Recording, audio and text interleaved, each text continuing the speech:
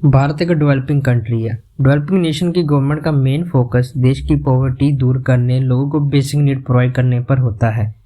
अगर हम अपने देश भारत को देखें तो एक बहुत बड़ी आबादी भूखे पेट सोती है। भारत की 14% पॉपुलेशन माल न्यूट्रिशन का शिकार है। स्टेट और सेंट्रल गवर्नमेंट बहुत सी स्कीमें लॉन्च तो करती हैं, पर करप्शन के कारण गवर्नमेंट की तरफ से भेजा हुआ पैसा आम आदमी तक कुछ हिस्सा ही पहुँच पाता है। अगर हम गोल्ड की बात करें, इंडिया में गोल्ड होल्डिंग दुनिया के किसी भी देश से ज़्यादा है। वर्ल्ड का 25,000 टन गोल्ड इंडिया होल्ड करता है। ये amount top 10 gold holding country से भी ज़्यादा है। What is the reason for that? India hold 11% gold of world. India के लिए गोल्ड मेटल से ज़्यादा उनके कल्चर का हिस्सा है।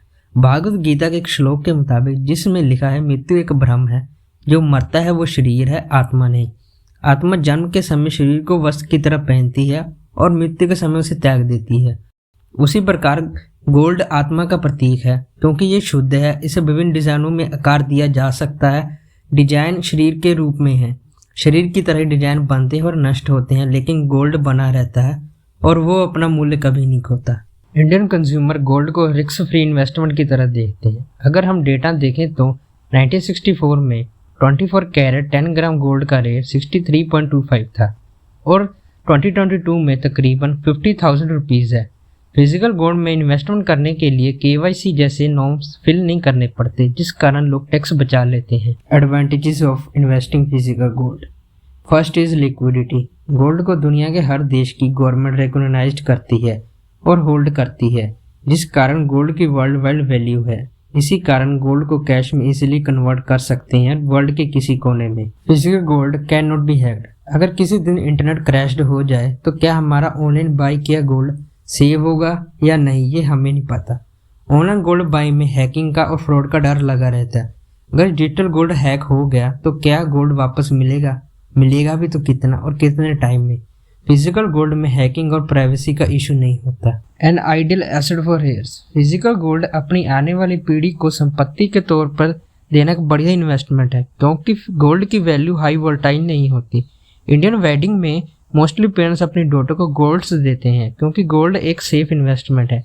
Gold loan.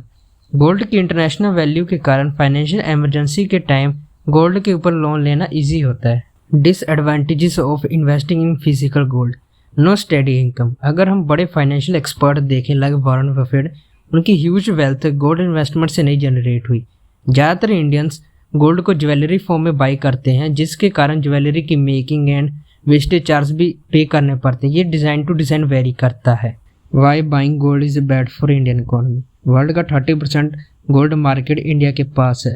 डोमेस्टिक मार्केट में गोल्ड की हाई डिमांड के कारण भारत को गोल्ड इंपोर्ट कराना पड़ता है, जिस कारण large amount of forex reserve country से बाहर जाता है, जो कि हम इंडस्ट्री, रॉ मटीरियल और आइटम इंपोर्ट करने के लिए यूज़ कर सकते हैं, जिससे इंडियन इंडस्ट्री ग्रो करती, जिससे इंडियन इकोनॉमी में वैल्यू जनरेट होती, गुड्स एंड सर्विस का एक्सपोर्ट करते हैं, एम्प्लॉयमेंट जनरेट होती, ओवरऑल इंडिया ग्रो करता। Most of Indian purchase gold for consumption purpose.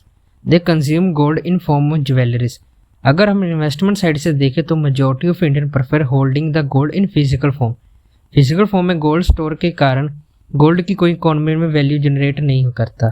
High gold consumption rate होने के कारण Indian economy faces increase current account deficit. अगर गोल्ड में इन्वेस्ट मनी को कैपिटल मार्केट में इन्वेस्ट करें, इससे इंडियन इकोनॉमी प्रोडक्टिविटी इंक्रीज होगी और जॉब्स क्रिएट होंगी।